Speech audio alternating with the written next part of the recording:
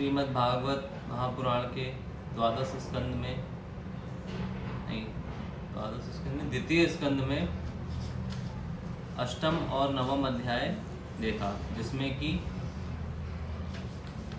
नारद जी के पूछने पर ब्रह्मा जी ने उन्हें भगवान का विराट रूप तथा चतुश्लोक की भागवत का उद्देश्य बताया। अब हम 10वें अध्याय में भागवत के 10 लक्षण देखेंगे। अथ 10वां अध्याय आरंभ। श्री शुक उवाच, श्री सुखदेव जी कहते हैं, अत्र सर्गो विसर्ग च स्थान पोषण मूलतय मन्वंतरे शानु कथा निरोधो मुक्ति आश्रय। अर्थात परीक्षित, इस भागवत पुराण में सर्ग, विसर्ग, स्थान, पोषण, उति, मनवंतर, ईशानु कथा, निरोध, मुक्ति और आश्रय, इन 10 विषयों का वर्णन है। 10 लक्षण कौन कौन से हैं?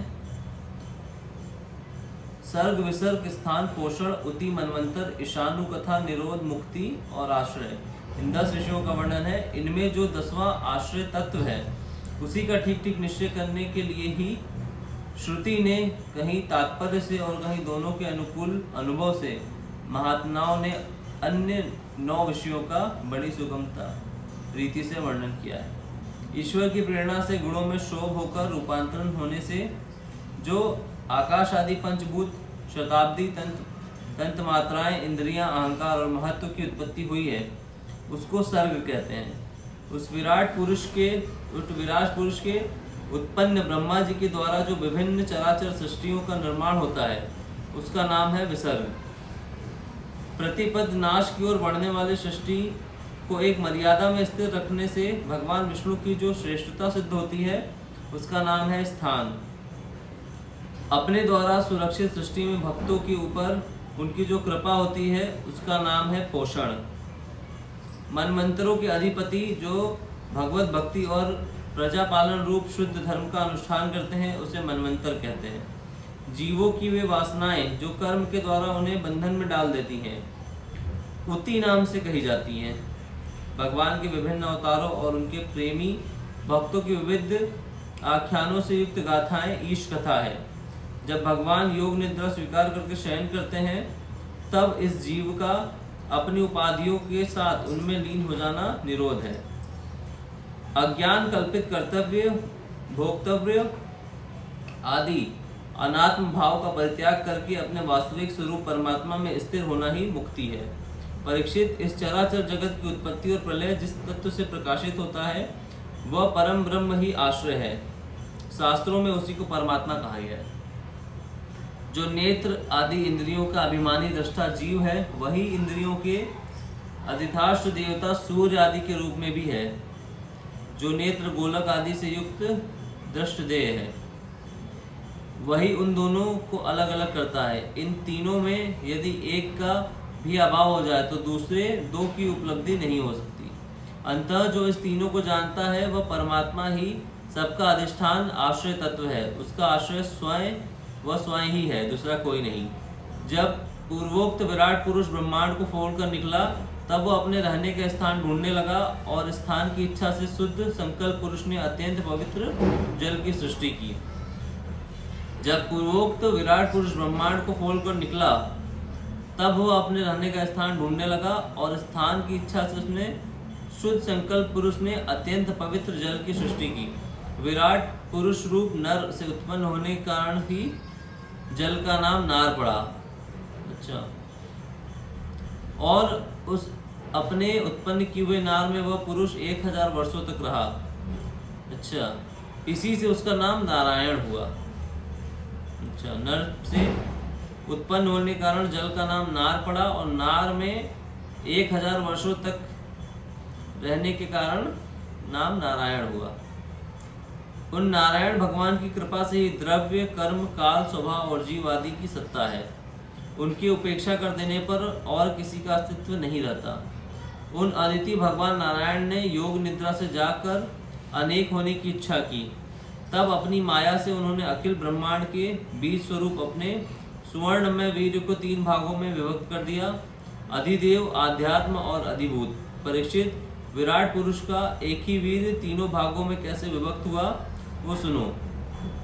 विराट पुरुष के हिलने डुलने पर उनके शरीर में रहने वाले आकाश से इंद्रिय बल, मनोबल और शरीर बल की उत्पत्ति हुई। उनसे इन सब का राजा प्राण उत्पन्न हुआ। जैसे सेवक अपने स्वामी राजा के पीछे पीछे चलते हैं, वैसे ही सबके शरीर में प्राणों के प्रबल रहने पर ही सारी इंद्रियां प्रबल रहती हैं, और जब वो सुस्त पड़ जाता है तब सारी इंद्रियां भी सुस्त पड़ जाती हैं। वैसे ही सबके शरीर में प्राणों के बल रहने पर ही सारी इंद्रियां प्रबल, और जब सुस्त पड़ जाए सारी इंद्रियां सुस्त पड़ जाती हैं। प्राण नहीं है तो इंसान मर जाता है। जब प्राण जोर जोर से आने जाने लगा तब विराट पुरुष को भूख प्यास का अनुभव हुआ। खाने पीने की इच्छा करते ही सबसे पहले उनके शरीर में मुख प्रकट हुआ। मुख से तालु, तालु से रसेंद्रिय प्रकट हुई। इसके बाद अनेकों प्रकार के रस उत्पन्न हुए जिन्हें रसना ग्रहण करती हैं। जब उनकी इच्छा बोलने की हुई तब वाकेंद्री, उसके अधिष्ठान देवता अग्नि और उनका विषय बोलना, ये तीनों प्रकट हुए। अग्नि और उनका विषय बोलना। इसके बाद बहुत दिनों तक उस जल में ही वे रुके हुए रहे। श्वास के वेग से नासिका छिद्र प्रकट हो गए। जब उन्हें सूंघने की इच्छा हुई तब उनकी नाक घ्राणेंद्रिय आकर बैठ गई और उसको देवता गंध को फैलाने वाले वायुदेव प्रकट हुए। पहले उनके शरीर में प्रकाश नहीं था, फिर जब उन्हें अपने को तथा दूसरी वस्तुओं को देखने की इच्छा हुई तब नेत्रों के क्षेत्र उनका अधिष्ठाता देवता सूर्य और नेत्रेंद्री प्रकट हो गए। इन्हीं से रूप का ग्रहण होने लगा। जब वेद रूप ऋषि विराट पुरुष को स्तुतियों के द्वारा जगाने लगे तब उन्हें सुनने की इच्छा हुई। उसी समय कान उनकी अधिष्ठान देवताएं दिशा और श्रवणेंद्रिय प्रकट हुई। इसी से शब्द सुनाई पड़ता है। जब उन्होंने वस्तुओं की कोमलता, कठिनता, हल्कापन, भारीपन, उष्णता और शीतलता आदि जानना चाहिए तब उनके शरीर में चर्म प्रकट हुआ। पृथ्वी में जैसे वृक्ष निकल आते हैं उसी प्रकार उस चर्म में रोए पैदा हुए और उसके भीतर बाहर रहने वाला वायु भी प्रकट हो गया। स्पर्श ग्रहण करने वाली त्वचा, इंद्रियां भी साथ ही साथ में शरीर में चारों ओर लिपट गईं और उससे वह उन्हें स्पर्श का अनुभव होने लगा। जब उन्हें अनेकों प्रकार के कर्म करने की इच्छा हुई तब उनके हाथ उगाए। उन हाथों में ग्रहण करने की शक्ति हस्तेंद्री तथा उनके अधिदेवता इंद्र प्रकट हुए और इन दोनों आश्रय से होने वाला ग्रहण रूप कर्म ही प्रकट हो गया। जब उन्हें अभिष्ट स्थान पर जाने की इच्छा हुई तब उनके शरीर में पैर उगाए। चरणों के साथ ही चरण इंद्री के अधिष्ठात्र रूप में वह स्वयं यज्ञ पुरुष भगवान विष्णु स्थित हो गए और उन्हीं में चलना रूप कर्म प्रकट हुआ। मनुष्य इसी चरणेंद्री से चलकर यज्ञ सामग्री एकत्र करते हैं। संतान, रति और स्वर्ग भोग की कामना होने पर विराट पुरुष के शरीर में लिंग की उत्पत्ति हुई। उसके बाद उसमें उपस्थित इंद्री, प्रजापति देवता तथा इन दोनों के आश्रय रहने वाले काम सुख का आविर्भाव हुआ। जब उन्हें मल त्याग की इच्छा हुई तब गुदाद्वार प्रकट हुआ। तत्पश्चात उसमें वायु इंद्रिय और मित्र देवता उत्पन्न हुए। इन्हीं दोनों के द्वारा मल त्याग की क्रिया संपन्न होती है। अपान मार्ग द्वारा एक शरीर से दूसरे शरीर में जाने की इच्छा होने पर नाभि द्वार प्रकट हुआ। उसने अपान और मृत्यु देवता प्रकट हुए। इन दोनों के आश्रय से ही प्राण और अपान का विक्षोभ यानी मृत्यु होती है। जब विराट पुरुष को अन्न जल ग्रहण करने की इच्छा हुई तब कोख, आते, नाड़ियां उत्पन्न हुई। साथ ही कुक्षी के देवता समुद्र, नाड़ियों के देवता नदियां एवं तुष्टि पुष्टि ये दोनों उनके आश्रित विषय उत्पन्न हुए। जब उन्होंने अपनी माया पर विचार करना चाहा तब हृदय की उत्पत्ति हुई। उससे मन रूप इंद्रियां और मन से उसका देवता चंद्रमा तथा विषय कामना और संकल्प प्रकट हुआ। विराट पुरुष के शरीर में पृथ्वी, जल और तेज से 7 धातुएं प्रकट हुई, जैसे त्वचा, चर्म, मांस, रुधिर, मेद, मज्जा और अस्थि। त्वचा, चर्म, मांस, रुधिर, मेद, मज्जा और अस्थि। इसी प्रकार आकाश, जल और वायु से प्राणों की उत्पत्ति हुई। श्रोतादि इन सब इंद्रियों इंद्रियां शब्द आदि विषयों को ग्रहण करने वाली हैं। ये विषय अहंकार से उत्पन्न हुए। मन सब विकारों का उत्पत्ति स्थान है और बुद्धि समस्त पदार्थों का बोध कराने वाली है।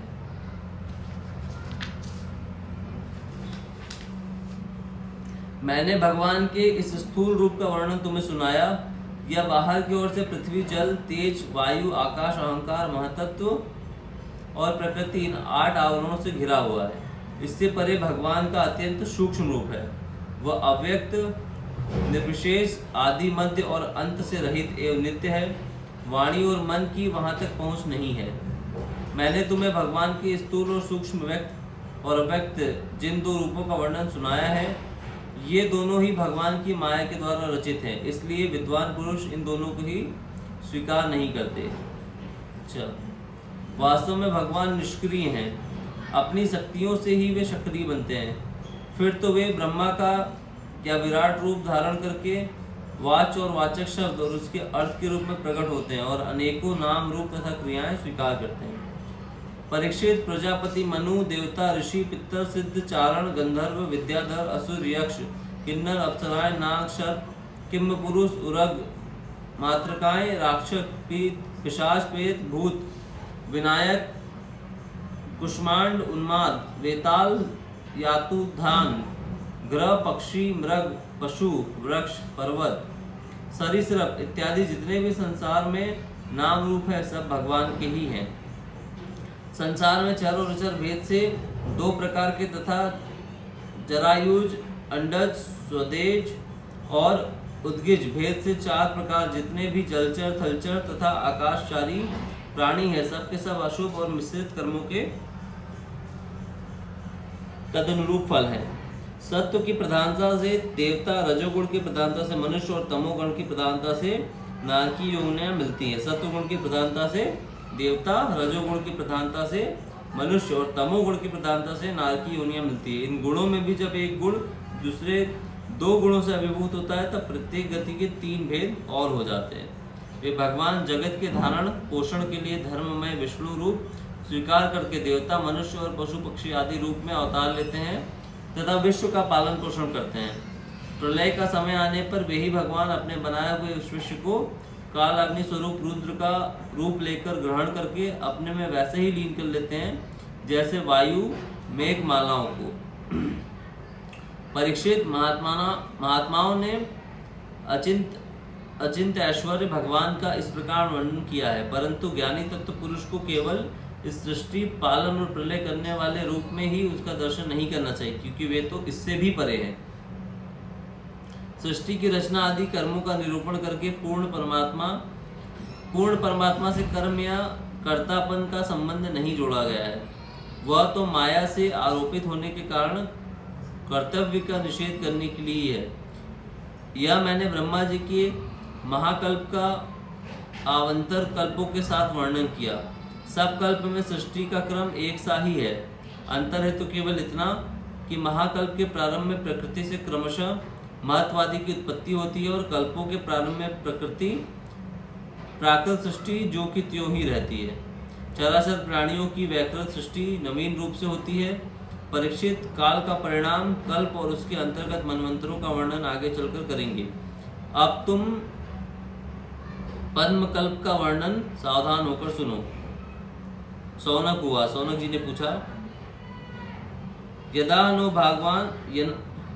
नो भवान सूद सत्ता भागवतोत्तम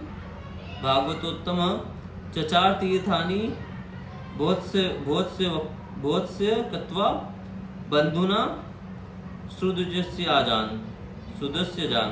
अच्छा, सूद जी, आपने हम लोगों से कहा था कि भगवान के परम भक्त विदुर जी ने अपने अति दुस्सज्ज कुटुंबियों को छोड़कर पृथ्वी के विभिन्न तीर्थों में विचरण किया था।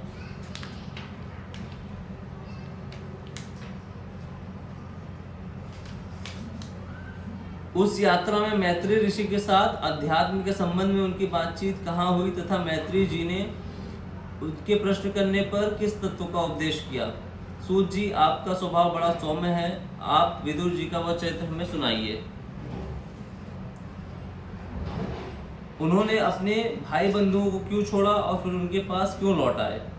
सूत हुआ, सूत जी ने कहा, शौनकादि ऋषियों राजा परीक्षित ने भी यही बात पूछी थी। उनके प्रश्नों के उत्तर में श्री सुखदेव जी महाराज ने जो कुछ कहा था वह मैं आप लोगों से कहता हूँ, सावधान होकर सुनिए।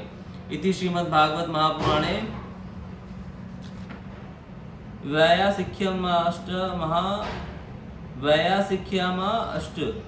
अष्टसत्राया पारमहंसाय सहिताय द्वितीय स्कंदे पुरुष संस्थान वर्ण नाम 10वां अध्याय समाप्त। इति द्वितीय स्कंद समाप्त। ओम तत्सत। हरि ओम तत्सत। ओम तत्सत। श्री गणेशाय नमः। श्रीमद् भागवत महापुराणम तृतीय स्कंद। अब हम तृतीय स्कंद की ओर बढ़ेंगे। तृतीय स्कंद का अथ प्रथमो अध्याय, उद्धव और विदुर जी की भेंट।